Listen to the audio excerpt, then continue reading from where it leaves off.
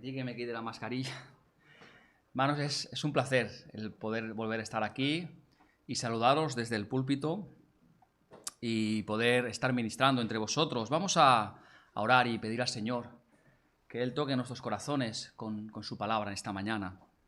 Sí, Dios y Padre, te damos las gracias porque, Señor, tú eres un Dios bueno, Dios que cuida de su pueblo, que tienes misericordia, Señor. Te pedimos que en esta mañana tu palabra penetre en nuestra vida, en nuestras entrañas, Señor, que cambie nuestra realidad. Te pedimos que tú nos guíes por medio de ella, Señor, para llevarnos a una verdadera adoración, Señor, a una exaltación de Cristo, y que, Padre, tú pongas en nosotros ese deseo, Señor, de escudriñarla, de buscarla y de adorarte, Señor. Te pedimos que tú toques nuestros corazones en esta mañana y, Señor, que tú nos lleves a ese deseo de obedecerte y de seguirte más y más. Te lo pedimos todo en el nombre de Cristo. Amén. Bueno, hermanos, vamos a estar viendo en esta mañana, una de mis cartas preferidas, mis cartas apostólicas y libros de la Biblia preferidos, que es Primera de Juan. Es un libro tremendo. No es un libro excesivamente largo, pero tiene enseñanza de principio a fin. Es tremendo, tremendo. Y además es algo que está habla mucho de lo que estamos viviendo hoy en día y de lo que necesitamos hoy en día. Pero antes de ir a Primera de Juan, capítulo 4, que es ahí donde vamos a estar esta mañana meditando, me gustaría ir un momento al Evangelio de Juan, al capítulo 2 y versículos 13 y 17, porque allí se nos narra una parte de la vida de Jesús, que es parte de la historia, y que para nosotros puede ser algo simple, pero que es un pasaje que yo creo importante de analizar por la intención de Cristo. Dice Juan, capítulo 2, versículos 13 al 17, estaba cerca la Pascua de los judíos y subió Jesús a Jerusalén y halló en el templo a los que vendían bueyes, ovejas y palomas, y a los cambistas allí sentados. Y haciendo un azote de cuerdas, echó fuera del templo a todos, y las ovejas y los bueyes, y esparció las monedas de los cambistas, y volcó las mesas, y dijo a los que vendían palomas, quitad de aquí esto, y no hagáis de la casa de mi padre casa de mercado.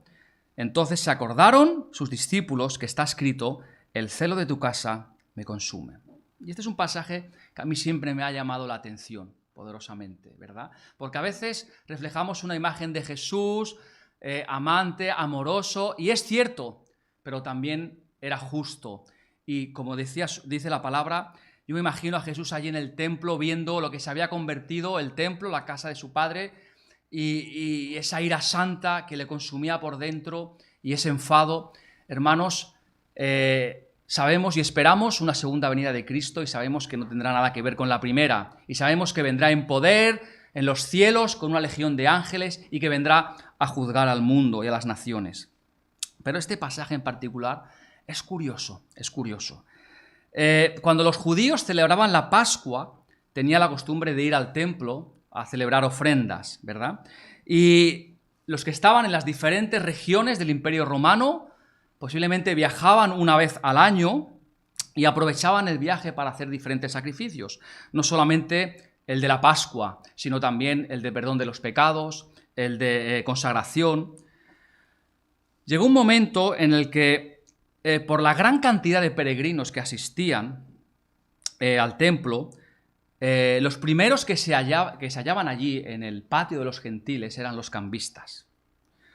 Las ofrendas que los judíos tenían que hacer tenían que ser en moneda judía o de Tiro, seguramente por la calidad de la plata. Así que tenían que venir con esas monedas que eran de otras regiones del imperio y las tenían que cambiar allí. Y ese dinero lo usaban para comprar las ofrendas. Ocurrió que los mercaderes vieron la oportunidad, ¿verdad?, de ubicarse en el templo, en el patio de los gentiles, y allí usar eso para hacer negocio, para enriquecerse. El lugar de adoración se había convertido literalmente en un mercado. En un mercado. Había gran cantidad de bueyes, de toros, de palomas, ovejas, además de los cambistas. Y cuando Jesús llegó allí se enfureció tanto que empezó a tirar las mesas de los cambistas y aquello fue un caos. Y Jesús lo hizo porque, como dice la Escritura, el celo por su casa lo consumía. Hermanos, Jesús, siendo Dios, no estaba dispuesto a tolerar la ridiculización de la adoración verdadera a Dios. Y por lo tanto expulsó a los mercaderes que mercadeaban con la fe. Y cuando leo este pasaje y pienso lo que está ocurriendo en nuestros días, veo que, al igual que en aquellos días actualmente, también se está banalizando la adoración genuina a Dios dentro de muchas iglesias. Y yo creo que es importante levantar la voz y hacer lo que la Iglesia ha hecho desde sus inicios, cuando se ve enfrentada a herejías y a cosas que le afectan, cosas que afectan a la adoración genuina a Dios, y es hablar la verdad.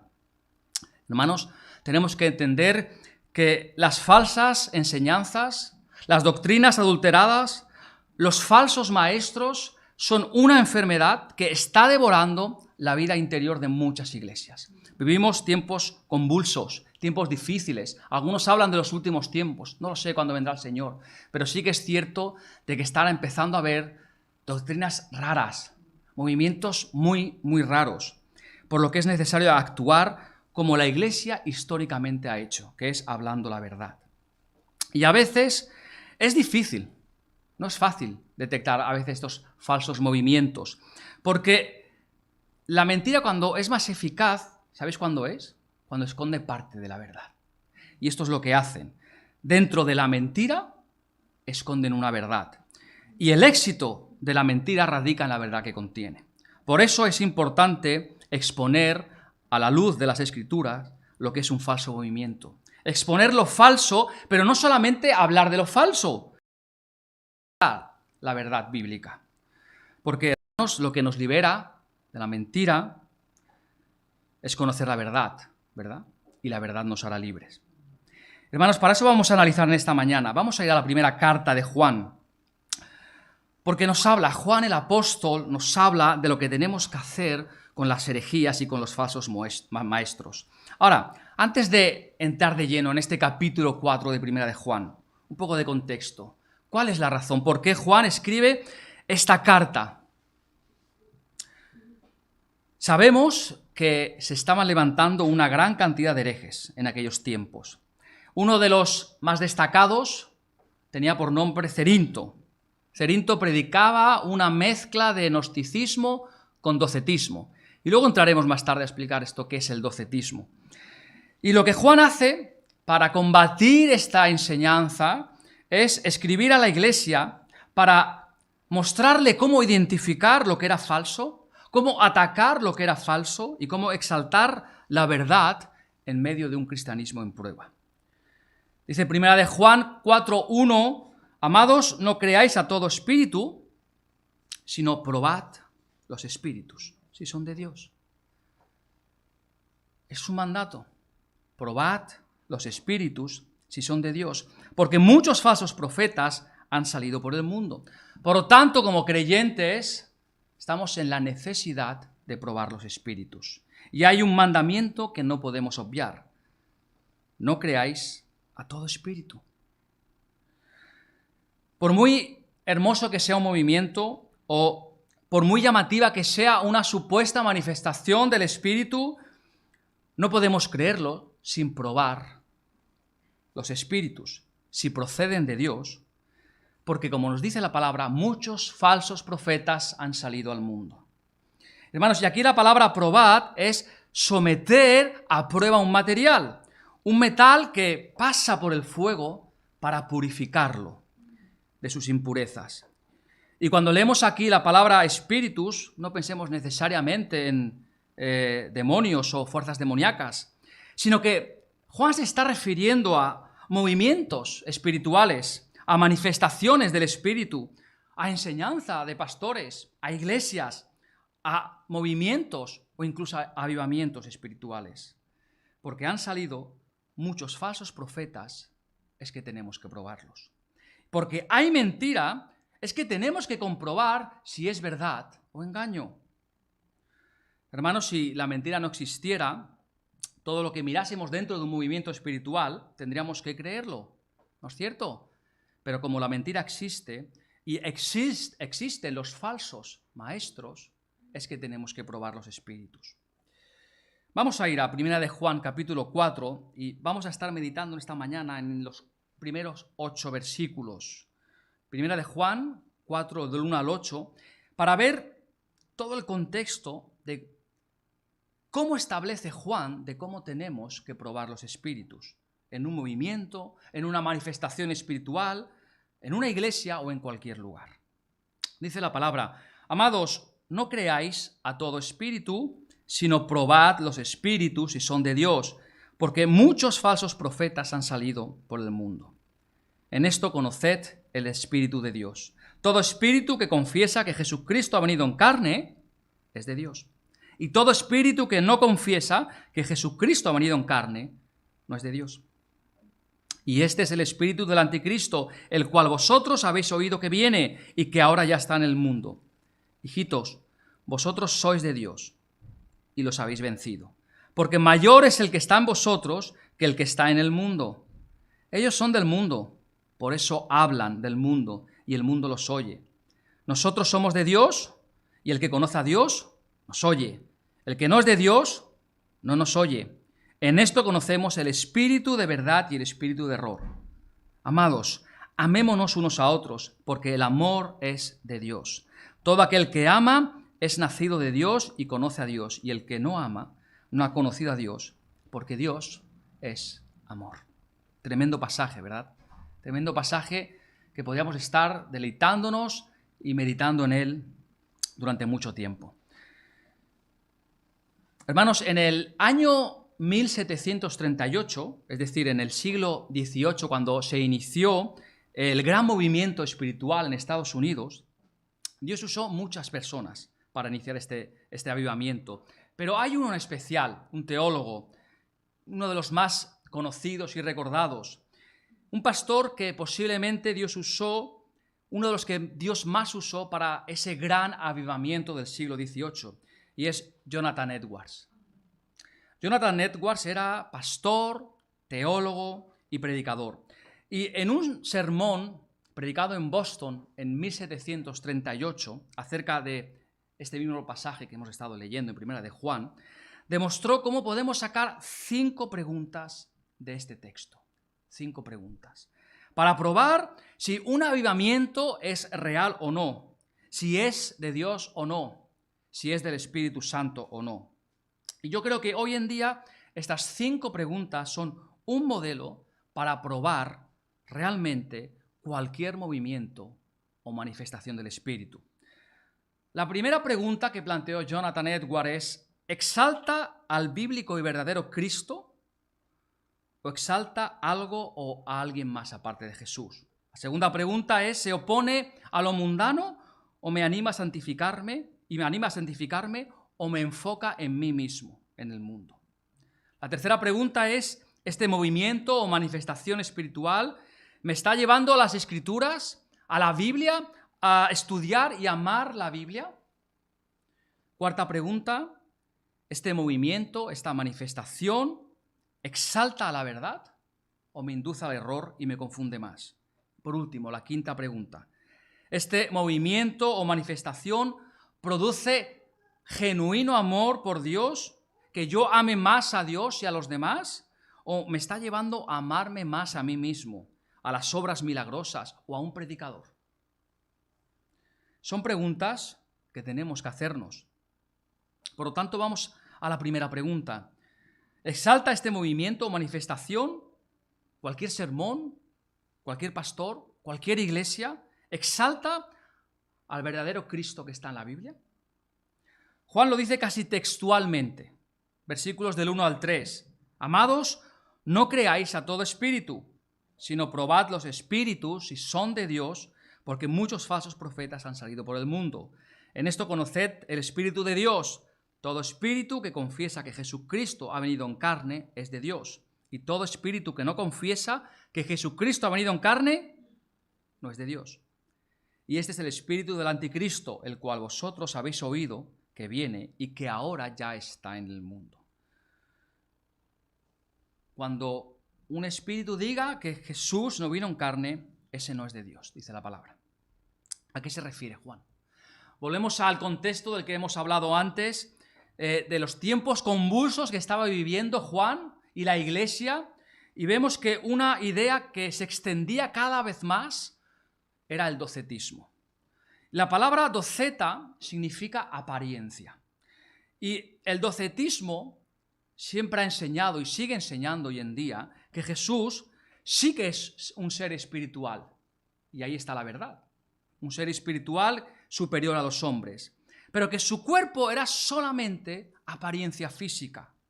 Nunca tuvo Jesús un cuerpo humano como tal, sino que su cuerpo solamente fue espiritual con apariencia de ser un cuerpo material.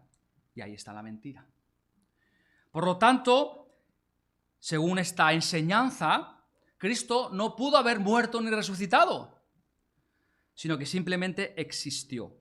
Vemos la verdad por un lado, pero también la mentira. Juan escuchó qué era esto del docetismo y que se estaba metiendo en las iglesias, y él escribe en contra de esta doctrina y dice, bueno, si una supuesta persona espiritual, un maestro, te está enseñando que Jesús solamente vino en espíritu y que no vino en carne, eso es docetismo y eso no procede de Dios. Y hermanos, ese mismo principio se aplica para nosotros hoy en día. Podemos comprobar si una obra es del Espíritu Santo porque exalta al verdadero Cristo. Si una obra espiritual, si una manifestación del Espíritu Santo, si un avivamiento de la iglesia no exalta a Cristo, no es de Dios ni es del Espíritu Santo. Porque, hermanos, los que están llenos del Espíritu Santo le dan énfasis a la persona y a la obra de nuestro Señor Jesucristo. Y una verdadera adoración, una verdadera obra del Espíritu Santo siempre se enfoca en Cristo, en su preeminencia, en su señorío, en su excelencia, en exaltar su gloria. Por eso es que estos falsos maestros de estos falsos movimientos, por el contrario, lo que hacen es disminuir, distorsionar la verdad acerca de Cristo.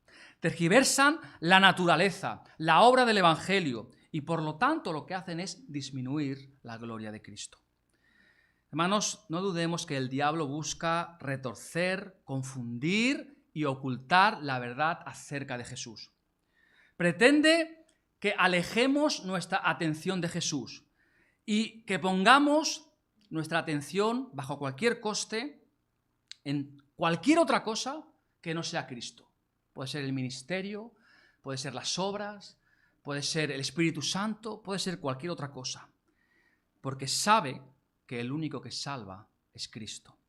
Podemos creer todo acerca del Espíritu Santo y no por eso nos vamos a salvar. Podemos creer todo acerca del Padre y no por eso nos vamos a salvar, porque es cuando creemos que Jesús es Cristo que recibimos salvación. Hermanos, todo movimiento falso aleja nuestro enfoque de Cristo y lo pone en otra cosa. Y esto es una señal de que no es un movimiento verdadero. Llámese iglesia, pastor, movimiento, avivamiento. La meta del Espíritu Santo siempre es dar testimonio y exaltar la gloria de Cristo. Fijaros lo que dice el Evangelio en Juan 14, 26. Pero, y hablando del Espíritu Santo, el Paracleto, el Espíritu Santo, a quien el Padre enviará en mi nombre, Él os enseñará todas las cosas y os recordará todo lo que os dije. A la luz de este versículo, ¿cuál es la misión del Espíritu Santo? Enseñarnos todas las cosas y recordarnos todo lo que Jesús habló, porque la gloria es para el Hijo. Hermanos, el Espíritu Santo no vino para ser el centro de atención, no vino para ser el rostro de Dios para la humanidad, sino que vino a señalar y a llevarnos a ver el verdadero rostro de Dios en Jesús. El Espíritu Santo nos lleva a contemplar la gloria de Cristo, a enseñarnos las palabras de Cristo y, como dice Juan 16:14, a glorificar a Cristo. Y hermanos, este es el gran contraste entre la Biblia y estos nuevos movimientos carismáticos. El objetivo de estos movimientos es centrar tu atención y tu mente en el Espíritu Santo, pero no en Cristo. Los movimientos actuales están llevando a hacer del Espíritu Santo la preeminencia. Cuando la Biblia dice que lo preeminente en nuestra vida debería ser Cristo, a quien se le da el título de Señor porque se lo ganó en una cruz, y nos enseña que el único que tiene señorío y preeminencia es Cristo, nos enseña también que el Espíritu Santo es el que nos ayuda a sujetarnos y a obedecerle a Él y a someternos. Ahora, el problema es que con el pretexto de honrar al Espíritu Santo, estos movimientos espirituales nos están alejando de Cristo. ¿Creen que Jesús es Dios? ¿Lo creen? ¿Creen que el Espíritu Santo es Dios? Y creen también que Dios es también un Dios único. Pero hermanos, dudan de la preeminencia y de la suficiencia de Cristo. Buscando honrar al Espíritu Santo, se alejan de la verdadera meta del Espíritu Santo, que es Cristo. Kenneth Jones, un antiguo carismático, que cuando comienza a estudiar lo que es la sana doctrina, tiene su verdadera conversión en el Señor, después de estar dentro por muchos años de un movimiento pentecostal, en su libro que se titula El paradigma pentecostal, si no lo habéis leído, queréis profundizar más en estos temas, os lo recomiendo. En la página 27 dice lo siguiente, fijaros. En cada caso fueron presentadas a nosotros como el mover soberano del Espíritu y una forma de recibir el poder del Espíritu Santo.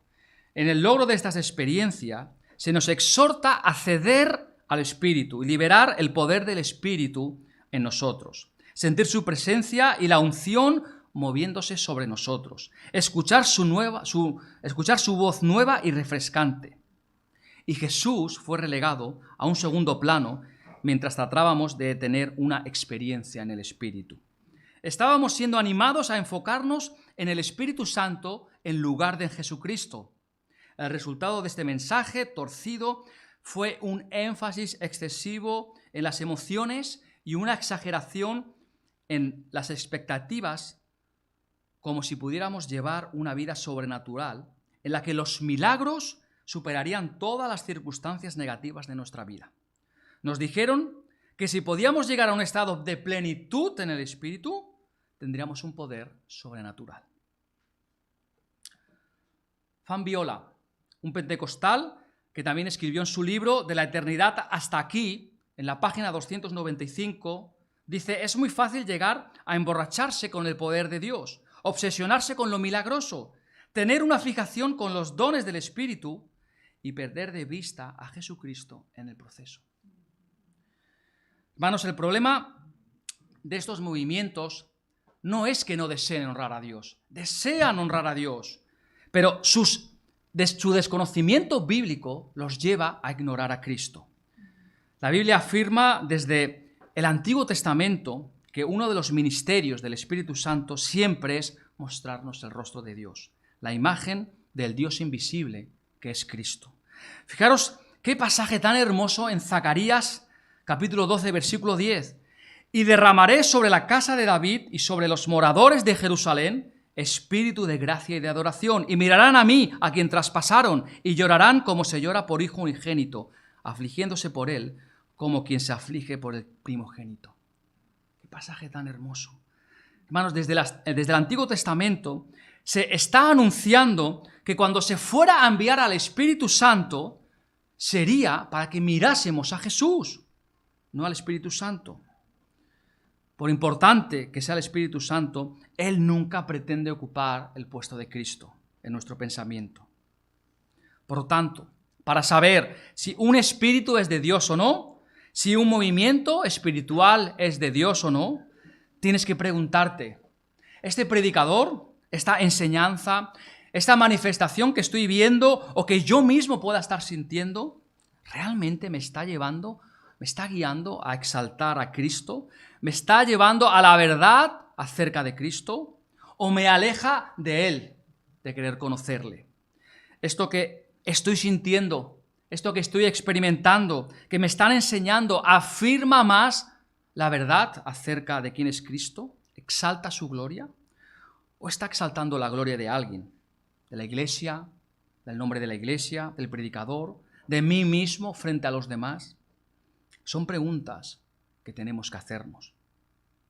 Y por eso podemos decir con total autoridad que cualquier movimiento, avivamiento, sermón, que cualquier enseñanza, pastor, iglesia, obispo, anciano, que no presenta a Jesucristo de una manera bíblica, eso no es obra del Espíritu Santo. Jamás. Y hermanos, en estos movimientos es tan común presentar una visión deformada del Espíritu Santo y de Jesús que al final eso termina por afectar a la iglesia. Hoy en día en muchas iglesias se está enseñando a un Jesús obrador de milagros, a un genio de la lámpara que lo frotas y solamente está para satisfacer tus deseos. Hoy en día en muchas iglesias se está enseñando un Jesús obrador de milagros. Y esto hace que le reste gloria al señorío de Cristo. Porque claro, no te hablan de someterte a la santidad, sino que te hablan de Él como el ayudador de tus necesidades, el que te va a conceder todas tus satisfacciones personales. Y lo segundo que se deforma, hermanos, son las doctrinas. Aquí podríamos incluir la doctrina de la prosperidad, las de las sanaciones instantáneas mediante el ungido predicador, incluida la sanidad interior, predicaciones acerca de cómo obtener el éxito personal, e incluso algunos que han llegado a decir que nosotros somos como pequeños dioses. Y precisamente esa cristología es la que hoy en día la gente está creyendo. Estas enseñanzas nunca te van a llevar a temer más a Cristo, a temer su gloria, a su majestad, a la hermosa santidad de Cristo, sino que nos va a llevar a enfocarnos siempre a nosotros mismos. Un movimiento que no se sujeta a las Escrituras, que el mismo Espíritu Santo inspiró, no es del Espíritu Santo. Por eso es que vemos que en estos movimientos hay manifestaciones falsas del Espíritu. Por ejemplo, el llamado descanso del Espíritu. Me acuerdo, a principios de los años 90, asistía a una iglesia de pueblo, pequeñita, asamblea de hermanos, tradicional, y comenzaba aquí estos grandes movimientos que en su mayoría venían de Sudamérica, y fuimos a unas carpas que habían puesto en Sabadell. Estoy hablando de principios de los 90. Ahora, cuando entremos allí y vimos eso, ¡wow!, aquello nos deslumbró. Era algo que no habíamos visto nunca.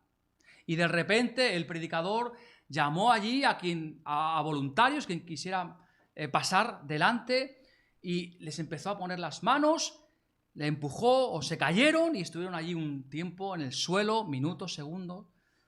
Y claro, aquello, nos fuimos a casa con una sensación de ¿qué es esto? ¿Qué es esto? Es algo nuevo, algo diferente, algo que deslumbra. Bueno, a esto de poner las manos y que las personas se caigan, a esto le llaman el descanso del Espíritu, porque dicen que ese tiempo que están en el suelo están descansando en el Espíritu. Claro, luego también había otro tipo de manifestaciones, convulsiones, ataques, dándose la vuelta. Todo aquello, la verdad es que era algo nuevo, era algo diferente. Pero lo curioso es que nada de lo que vimos aquella noche estaba en la Biblia. Nada. Todas esas manifestaciones, la risa santa, ¿qué hay de santo en eso si no aparece en la Biblia? Aunque para ti pueda ser real, y eso era real, no significa que es verdadero. Algo puede ser real, pero no significa que sea verdadero. Hermanos, lo verdadero es lo que el Espíritu Santo plasmó en la Biblia, en las Escrituras, y todo lo demás no es verdadero. Esos nuevos evangelios de la prosperidad que te prometen más comodidad terrenal, más riqueza, vas a tener más éxito laboral, vas a tener restauración de tu pasado, sanidad interior, mejoramiento personal, sanidad milagrosa bajo la unción de un pastor ungido y otras manifestaciones falsas.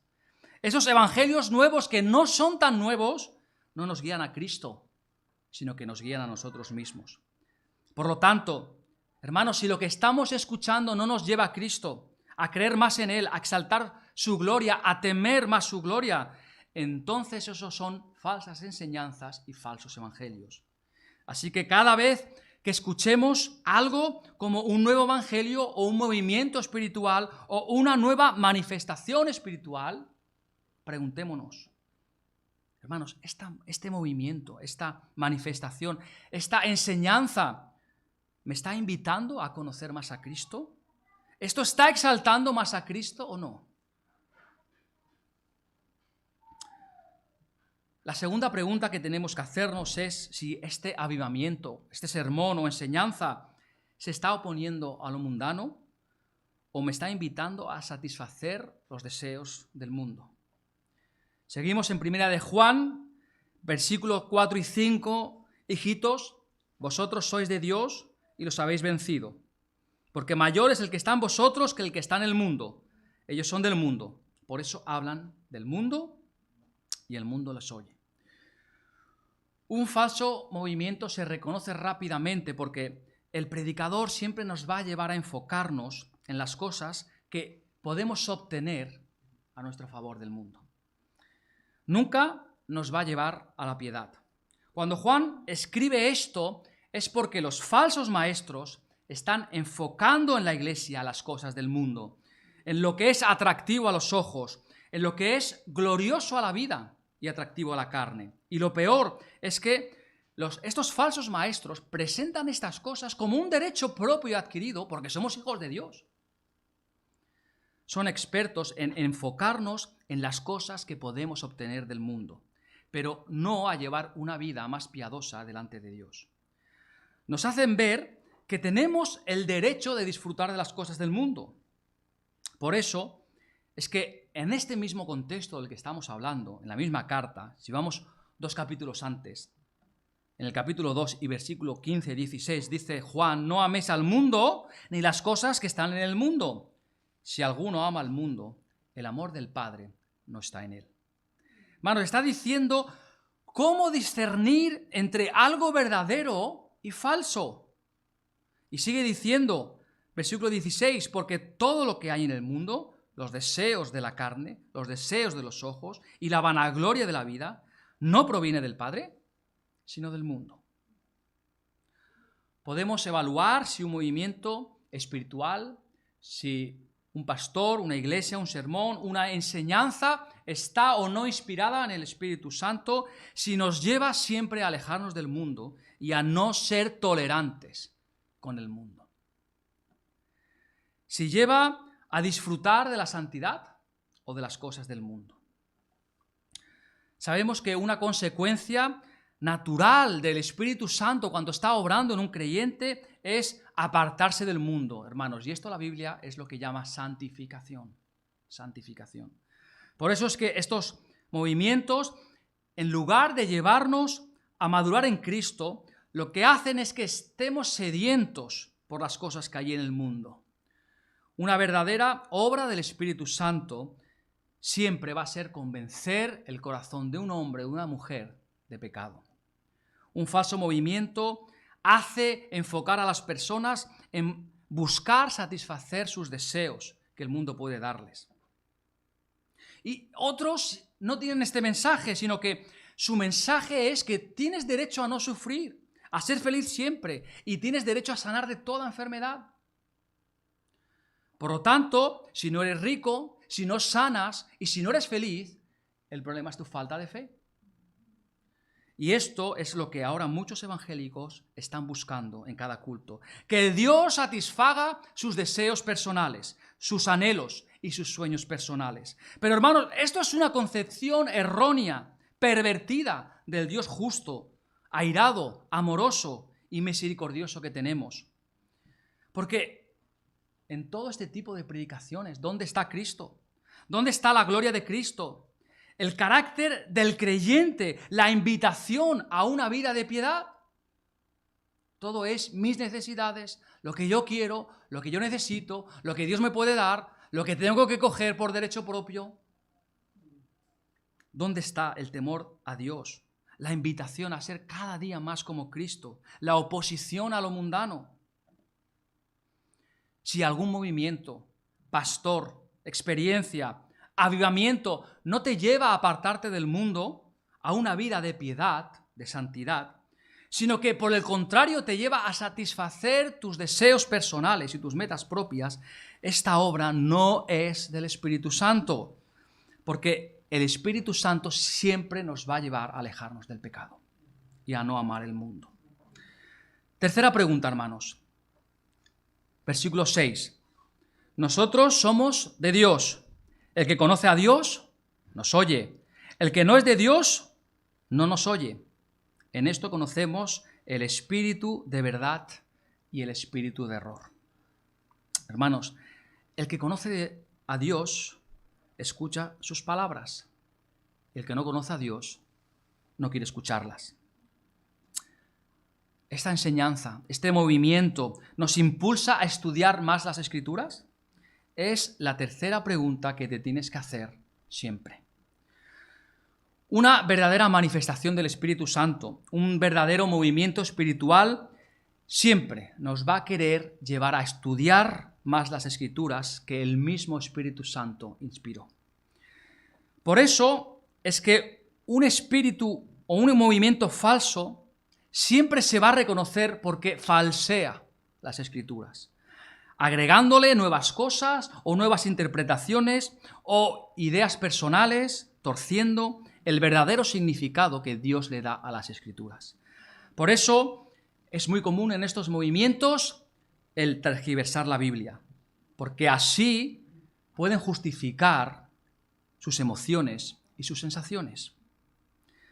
Tienen que hacer muchas veces uso de filosofías baratas, filosofías propias, tergiversar la Escritura, torcerla, justificar que esas manifestaciones son verdaderas, manipular las Escrituras para defender sus experiencias. Hermano, y eso es lo que ocurre, que ponen por encima de la autoridad de la Biblia sus experiencias. Creen más lo que sienten que lo que la Biblia dice. Y si la Biblia contradice lo que ellos están sintiendo, entonces dejan de creer en la Biblia. Y ese es el problema, y ese es el peligro. Fijaros, un ejemplo, Peter Warner, autoproclamado apóstol, dijo en la revista Charisma News en el año 2011, algunos se oponen a la idea de que Dios se comunica directamente con nosotros, pensando que todo lo que Dios ha querido revelar lo mostró en la Biblia. Sin embargo, eso no puede ser cierto, porque no hay nada en la Biblia que diga que contiene 66 libros. En realidad, a Dios le tomó unos 200 años revelar a la Iglesia qué libro se debe incluir en la Biblia y cuál no. Eso es una revelación extrabíblica, la Biblia misma. Aún así, los católicos y los protestantes todavía no están de acuerdo sobre el número de libros. Más allá de eso, creo que la oración es de dos vías. Le hablamos a Dios y esperamos que Él nos hable a nosotros. Podemos escuchar la voz de Dios porque Él también le revela cosas nuevas a los profetas, como hemos visto. Más ejemplos. El pastor y teólogo carismático pentecostal Jack Deere dijo algo que es espeluznante en contra de la suficiencia de las Escrituras. Con el fin de cumplir con el propósito más alto de Dios para nuestras vidas, tenemos que ser capaces de escuchar su voz tanto en la palabra escrita como en la palabra recién hablada desde el cielo a nuestros oídos. Satanás entiende la importancia estratégica de que nosotros los cristianos oigamos la voz de Dios, por lo que ha lanzado varios ataques contra nosotros en esta área. Uno de los ataques más exitosos de Satanás ha sido el desarrollo de una doctrina que enseña que Dios ya no nos habla, sino solo mediante la palabra escrita. En última instancia, esa doctrina es demoníaca, incluso a pesar de que los teólogos cristianos hayan usado eso para perfeccionarla. Hermanos, está diciendo que la suficiencia de las Escrituras es una estrategia de Satanás. Es algo frecuente escuchar en estos movimientos. El Señor me ha hablado, el Señor me ha dado una palabra hoy, algo nuevo para ti. Si escuchas algo de esto alguna vez, sal corriendo de ese sitio, porque no hay nada nuevo. Todo está en la Biblia. Cuando estamos frente a alguna manifestación espiritual asignada al Espíritu Santo, alguna profecía, manifestación de dones, avivamiento, sermón. Pregúntate, ¿esta manifestación, esta profecía, este sermón, estas lenguas me están llevando a respetar, a conocer y a estudiar la Escritura en su contexto? ¿O me está alejando de las Escrituras, haciéndome creer cosas nuevas, revelaciones fuera de ella? Hermanos, cuarta pregunta. ¿Exalta la verdad?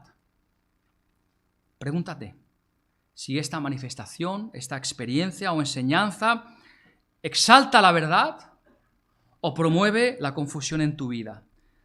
Segunda parte del versículo 6, primera de Juan 4, dice: en esto conocemos el espíritu de verdad y el espíritu de error. El espíritu de verdad y el espíritu de error. ¿Y por qué se le llama al Espíritu Santo el espíritu de verdad? Porque Él siempre habla y enseña la verdad. Por eso todo movimiento espiritual real, obrado por el Espíritu Santo, siempre va a defender lo que se conoce como la sana doctrina, la teología de los apóstoles, y va a denunciar las falsas enseñanzas. Un falso movimiento del Espíritu Santo o movimiento o manifestación espiritual falsa siempre va a ignorar la sana doctrina. ¿Para qué? Para propagar sus mentiras. Es que necesita ignorar las Escrituras. Creen más a sus experiencias que a la Biblia. Ponen por encima sus experiencias a lo que dice la Biblia. Y hermanos, yo estoy seguro de que muchos son verdaderos creyentes, que han creído en Cristo y que están confundidos. Recuerda, no toda experiencia, aunque es real, es verdadera. Porque, hermanos, lo que es verdadero, lo que ha establecido el Espíritu Santo, es lo que dice la Biblia. En estas iglesias minimizan siempre el estudio bíblico, porque creen que el estudiar la palabra les va a estorbar del mover del Espíritu Santo.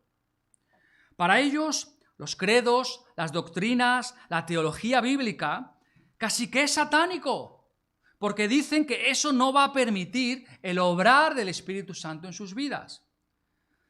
William Brown, un conocido también escritor pentecostal, escribió en 1989 lo siguiente: el Señor nos ha dado el Espíritu Santo para interpretar las Escrituras. Enseñar doctrinas es el intento de Satanás de usar nuestra mente para entender la Biblia en lugar de confiar en el Espíritu Santo. Hermanos, ¿y qué podríamos contestar a esto? ¿Qué podríamos contestar a una persona que nos está hablando así? Solamente con la palabra. Tito 2:1. Pero tú habla lo que conviene a la sana doctrina. Cada vez que te enfrentes a algún movimiento espiritual, a alguna manifestación del Espíritu, a una sensación espiritual, pregúntate, ¿esto que está pasando realmente está exaltando la verdad de la Biblia o está generando confusión? Porque si está apoyando lo que es incierto, entonces esto no viene del Espíritu Santo. Hermano, y última pregunta, con esto acabamos. Pregunta número 5. ¿Este movimiento produce en mí un amor genuino por Dios y por los demás? Versículos 7 y 8. Amados, amémonos unos a otros, porque el amor es de Dios. Todo aquel que ama es nacido de Dios y conoce a Dios. El que no ama no ha conocido a Dios, porque Dios es amor. Hermanos, una verdadera obra o manifestación del Espíritu siempre nos va a llevar a dos cosas. Nos va a llevar siempre a amar a Dios y amar al prójimo. No va a llevarnos a amarnos a nosotros mismos ni a las cosas que hay en el mundo. ¿Cuál es el fruto del Espíritu Santo según Gálatas? El amor. Es el primero que se menciona. Pregúntate este movimiento, esta experiencia, esta predicación, esta iglesia, ¿me está llevando a amar más a Dios y al prójimo? ¿O me está llevando a enfocarme más en mí mismo y en los deseos que tengo? Y hermanos, y aquí cuando Juan habla del amor de Dios, se está refiriendo a nuestra manifestación de adoración a Dios. Porque el amor de un creyente siempre se manifiesta en la adoración. Por eso es que la adoración de estos falsos movimientos muchas veces es un desorden, es un caos. Y lo que menos hacen es exaltar a Jesús. Dice la Escritura que Dios anda buscando adoradores que le adoren, número 1, en espíritu y número 2, en verdad. Uno de los principios fundamentales de esta falsa teología es que para que tú seas lleno del Espíritu Santo tienes que vaciar tu mente. Tienes que aprender a vaciar la mente porque eso es lo que más estorba para recibir la sanidad. Tú quieres recibir sanidad, quieres ser sano de esa enfermedad, tienes que vaciar tu mente. Por eso es muy común escuchar: déjate llevar por el Espíritu Santo, cierra los ojos, despeja tu mente, ten fe. No digas que no en tu mente. Piensa en lo que deseas, enfócate en eso y Dios te lo va a dar. Deja tu mente en blanco. Hermanos, eso es peligroso, porque esa invitación a perder el control de uno mismo para sentir el éxtasis de Dios es propio de los cultos paganos, de la hipnosis, de la meditación trascendental y de los rituales místicos en la historia. Pero eso no es de Dios, porque Dios no es un Dios de desorden. El Espíritu Santo, que ordenó la creación, que llena lo que está vacío y que le da forma y orden a lo que está desordenado, ¿cómo va a provocar un desorden en la forma de adorar? Romanos 12:1 nos dice Pablo: así que, hermanos, os ruego por las misericordias de Dios que presentéis vuestros cuerpos en sacrificio vivo, santo, agradable a Dios, que es vuestro culto racional. El servicio, como es nuestro culto a Dios, siempre es racional. Nunca perdemos el control. Efesios 5:18 dice: no os embriaguéis con vino, en lo cual hay disolución, antes bien sed llenos del Espíritu Santo, hablando entre vosotros con salmos, con himnos y cánticos espirituales, cantando y alabando al Señor en vuestros corazones, dando siempre gracias por todo al Dios y al Padre, en el nombre de nuestro Señor Jesucristo. ¿Qué vemos aquí? ¡Orden! Vemos orden, un propósito. Siempre el centro de la adoración en una iglesia llena del Espíritu Santo es hacia Cristo. Por lo tanto, hermano, una verdadera obra del Espíritu Santo siempre nos va a llevar más a amar a Dios y a adorarlo en espíritu y en verdad. Pero también una segunda cosa, que es amar a los demás. Por eso debemos preguntarnos si esta manifestación nos está llevando a amar a los demás o nos lleva a la arrogancia, a exaltarnos y amarnos a nosotros mismos, a pensar que somos mejores y mayores que los demás.